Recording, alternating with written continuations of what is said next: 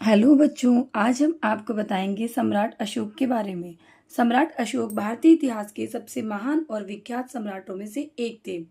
वे मौर्य वंश के तीसरे शासक थे और अपने शासनकाल में उन्होंने भारतीय उपमहाद्वीप के विशाल भूभाग पर शासन किया।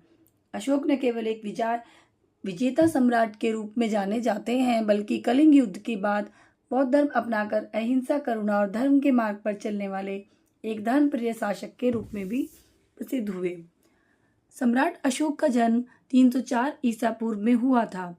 वे सम्राट बिंदुसार की रानी धर्मा के पुत्र थे।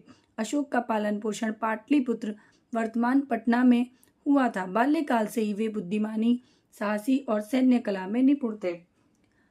अपने सौतेले भाइयों की तुलना में वे अधिक योग्य और प्रभावशाली थे, इसलिए उन्हें युवावस्था में ही प्रशासनिक और सैन्य जिम्मेदारियां सौंपी गई। सम्राट बिंदुसार की मृत्यु के बाद मौर्य साम्राज्य में उत्तराधिकार को लेकर संघर्ष हुआ। अशोक ने अपने सौतेले भाइयों को हराकर लगभग 273 ईसा पूर्व में सिंहासन प्राप्त किया, लेकिन इतिहासकारों ने उन्हें आधिकारिक रूप में 269 ईसा पूर्व में शासन संभाला। अशोक ने प्रारंभिक वर्षों में कुशल परंतु कठोर शासक के रूप में कार्य किया।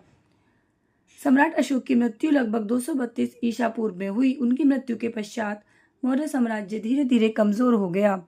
उनके उत्तराधिकारियों में कोई भी अशोक के समान प्रभावशाली नहीं रहा और लगभग 50 वर्षों में मौर्य साम्राज्य का पतन हो गया।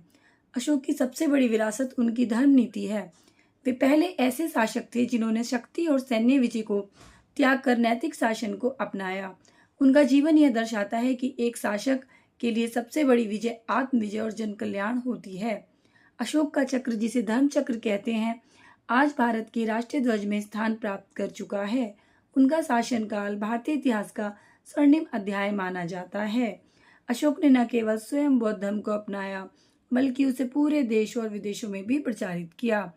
उन्होंने बौद्ध धर्म के मूल सिद्धांतों अहिंसा, सत्य, करुणा, संयम, सहिष्णुता को अपने शासन का आधार बनाया। अशोक ने अपने धर्म और नीति को जनता तक पहुंचाने के लिए अशोक स्तंभों और शिलालेखों का निर्माण कराया। ये अभिलेख प्राकृत भाषा में ब्राह्मी लिपि में लिखे गए।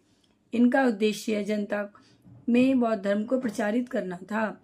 अशोक ने अपने साम्राज्य में सामाजिक कल्याण के लिए कई काम किए, जैसे कि अस्पतालों, सड़कों और कुओं का निर्माण। अशोक ने एक मजबूत और संगठित प्रशासन स्थापित किया।